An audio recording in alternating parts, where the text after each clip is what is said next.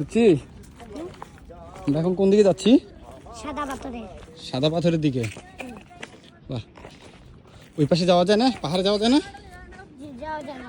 হ্যাঁ, যাওয়া যায় না, বিএসএফ গুলি মারে। জি। তুমি এই পাশে আসো, তুমি এই পাশে আসো। এই পাশ থেকে তোমার ভিডিও ভালো হচ্ছে। এই তো সুন্দর। বিএসএফ এই পর্যন্ত কাউরে গুলি করছে এদিক থেকে? জি। করছে দুজনকে গুলি করছে। দুইজনকে? জি। দুইজন পর্যটক রে? জি। কেউ মারা গেছে? কেউ মারা গেছে? জি। পানির স্রোতে মারা গেছে একজন। পানির স্রোতে মারা গেছে? সাঁতার জানে না। যারা সিলেটে সাদা পাথরে গেছেন তারা একটা জিনিস দেখবেন যে এখানের পানির খরস্রোতা এত বেশি, এখানে স্রোত, যার জন্য আপনি যদি একটু এদিক ওদিক হয় আপনাকে পুরো ভাসায় নিয়ে যাবে। আর সাথে যদি আপনি সাঁতার না পারেন তাহলে তো আরও সমস্যা। আর এখানে যদি কোনোভাবে পড়েন তাহলে এখানে যে পাথরগুলো আছে নিচে, এতে আপনার হাত পা মাথা মেজর ইনজুরি হতে পারে।